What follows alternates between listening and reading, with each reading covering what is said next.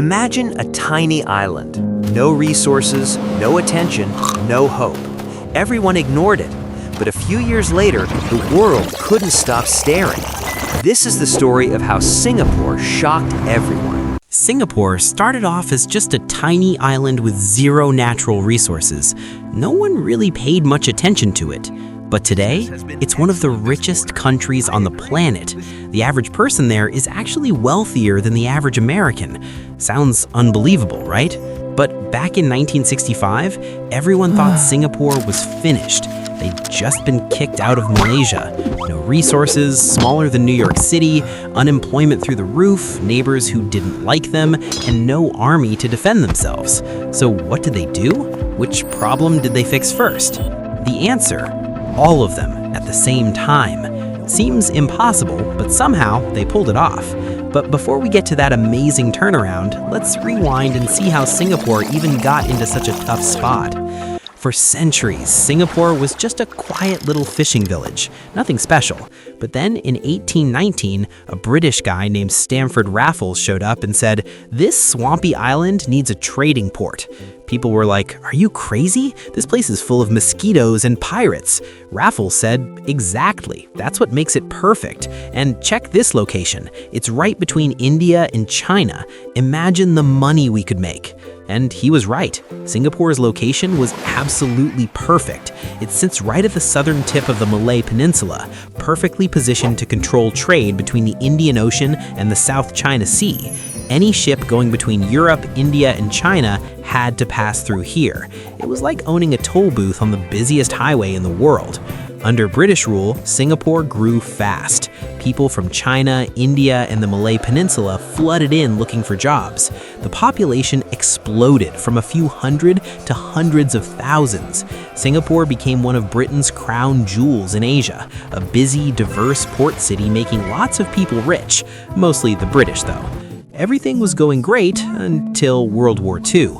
The British were confident Singapore was an unbeatable fortress. They had huge 15-inch naval guns pointed at the sea, loaded with armor-piercing shells that could punch right through enemy battleships like paper.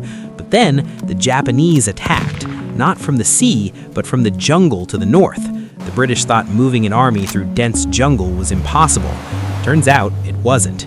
In February 1942, the Japanese captured Singapore in what Winston Churchill called the worst disaster in British military history. The British had left their entire backside unguarded, and that blind spot cost them everything. The Japanese occupation was brutal.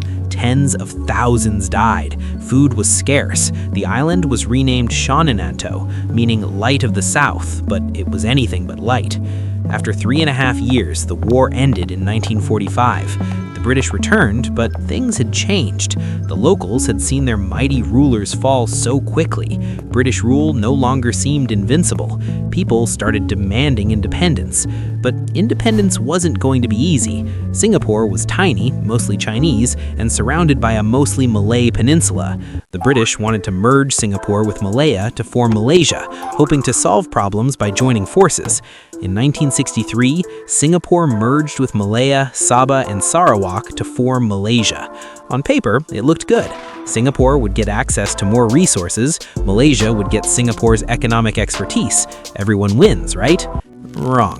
Tensions flared immediately. The Malaysian government favored policies benefiting the Malay majority, while Singapore's leader Lee Kuan Yew pushed for equality for all races. The Malaysian Prime Minister was not on board. Tariffs were imposed, riots broke out, and the situation got worse. Finally, in 1965, Malaysia voted to expel Singapore. "You're out," they said. "Wait, what? We're part of Malaysia," Singapore protested. "Not anymore," Malaysia said. Singapore was alone. Small, resource-poor, with no army, and surrounded by neighbors who weren't exactly friendly. Lee Kuan Yew, Singapore's leader, went on TV and cried. Not tears of joy, but tears of fear. He thought the country was doomed. So where did Singapore stand in 1965? No natural resources, no oil, no minerals, barely any fresh water, no military, high unemployment, racial tensions, an economy dependent on British military bases that might leave at any moment. The chances of survival? Not great. But survived they did. And the plan, well, that's coming up next.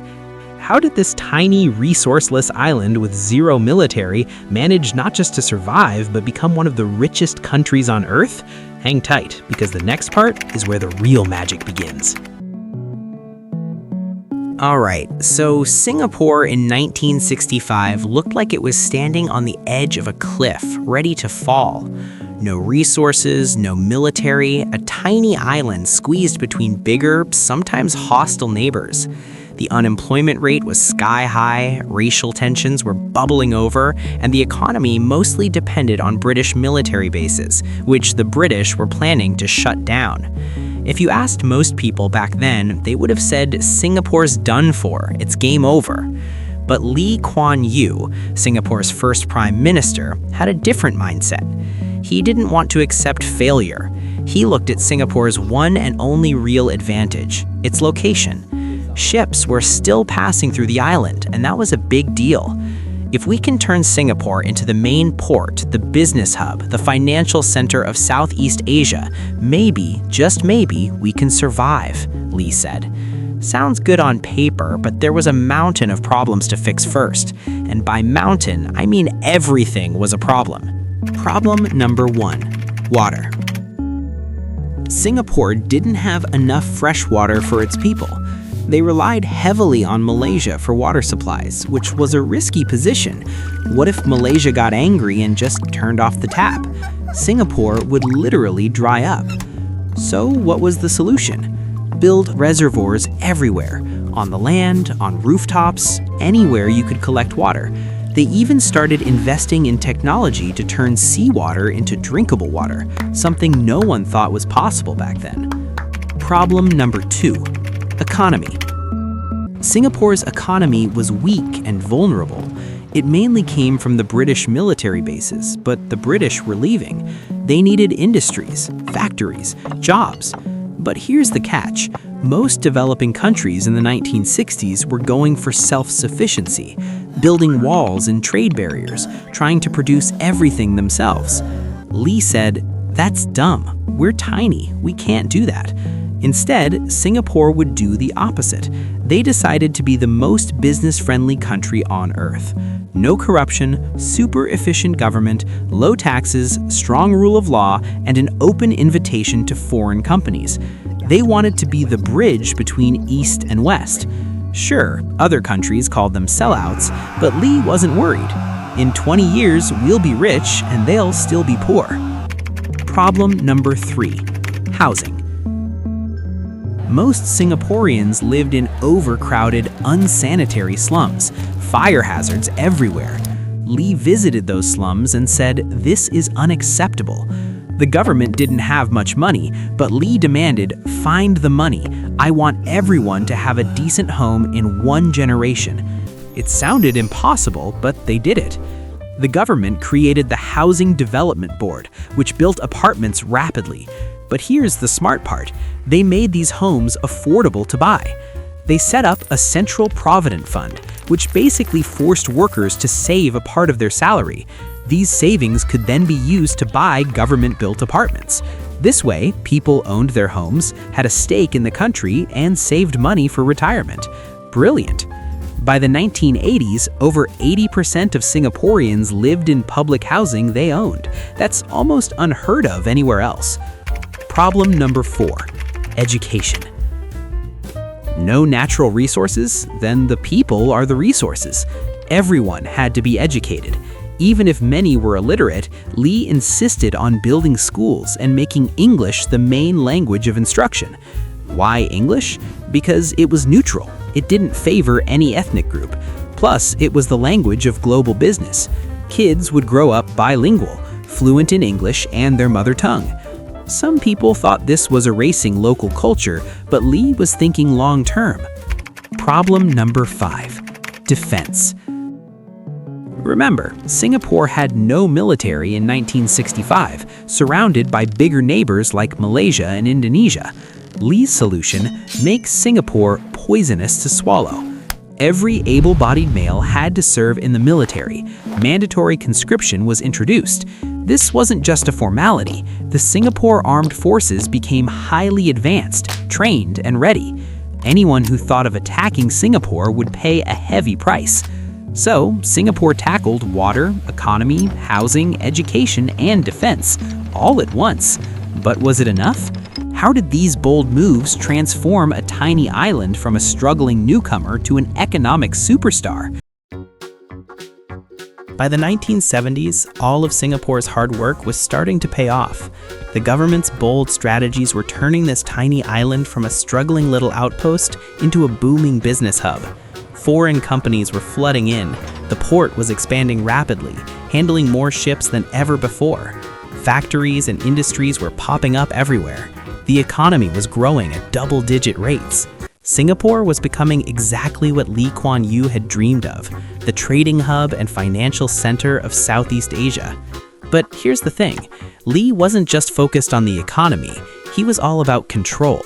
Lee believed in what he called Asian values, social harmony over individual freedom, order over chaos, and the collective good over personal liberty. This meant laws that were, well, really strict. Chewing gum? Banned. Littering? Huge fines. Vandalism? You might even get caned. The government kept tight control over the media. Newspapers and TV were carefully managed. Political opposition? Very limited. Western countries called Singapore authoritarian, but Lee's response was simple. Look at our results. Clean streets, low crime, booming economy, high literacy rates. The numbers didn't lie. He said, you can have all the free speech you want in a failing country, or you can have prosperity in an orderly society. Most people choose prosperity. It was controversial, but the strategy worked. Singapore wasn't just a rich country, it was a model of rapid development. The slums were replaced by gleaming high-rises. The port became one of the busiest in the world. The airport turned world-class. The economy diversified into finance, manufacturing, and services. Singapore joined the ranks of the Asian tigers, along with Hong Kong, South Korea, and Taiwan, countries known for explosive economic growth. By the 1990s, Singapore's GDP per capita even surpassed Britain's, the very country that had colonized it. Imagine that! A country that once was crying on TV in 1965 had now overtaken its former ruler economically. But it wasn't just about money. Lee Kuan Yew had built a society that valued discipline, education, and efficiency above all. The people owned their homes thanks to the government's housing program. Over 80% of Singaporeans lived in public housing they could call their own, something you won't find in many places. Education was top-notch. English was firmly established as the language of business and opportunity. The military was strong and modern, making Singapore poisonous to swallow for any would-be invaders. But here's the twist. Even with all this success, Lee's government tightly controlled politics and society. Freedom of speech was limited. Media was censored. Elections were dominated by Lee's party, the People's Action Party. Many criticized Singapore's system as authoritarian and heavy-handed. Lee's response? Look around. The results speak for themselves. Is this the price of progress? That's a debate people still have today.